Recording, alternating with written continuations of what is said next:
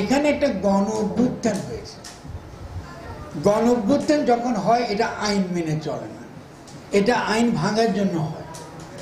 আইন ভেঙে আবার যে যারা গণ অভ্যুত্থান করলো তারা নিজেদেরকে নতুন করে গঠন করবার জন্য আবার নতুন ব্যবস্থা, নতুন আইন, নতুন সংস্কৃতি, নতুন ভাষা, নতুন নিয়মকানুন করে।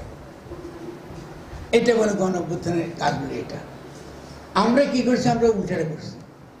আমরা গণ অভ্যুত্থান করলাম, এতগুলো লোক আমরা জীবন দিলাম, আমাদের কি শহীদ জীবন দিলাম, মুগ্ধ জীবন দিলাম, দিয়ে আমরা আবার শেখ হাসিনার হাতে ক্ষমতা তুলে দিলাম। আমরা যারা শেখ হাসিনা তো নাই, তার হাতে কেন ক্ষমতা তুলে দিয়েছে? এটা কোনো কথা হবে নাকি? হ্যাঁ আছে, ভূতটা আছে। তাই শেখ হাসিনার ভূত কিন্তু আছে আপনাদের দেশে এখন এই মুহূর্তে, এইখানেও আছে। এই ভূতের নাম হলো সংবিধান।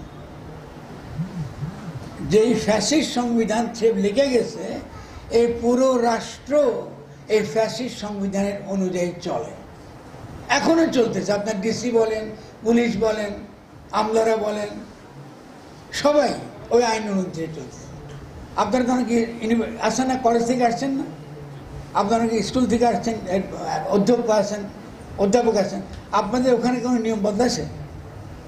সত্য কথা পান, এদের কাছে বলেন, সত্য কথা বলে কিছু নিয়ম বদলা নেই। তাহলে শেখ হাসিনার ভূত কিন্তু আছে রে ভাই। এটা যদি আমরা বুঝি তাহলে আমাদেরকে সাংঘাতিকভাবে সতর্ক এবং সচেতন থাকতে হবে।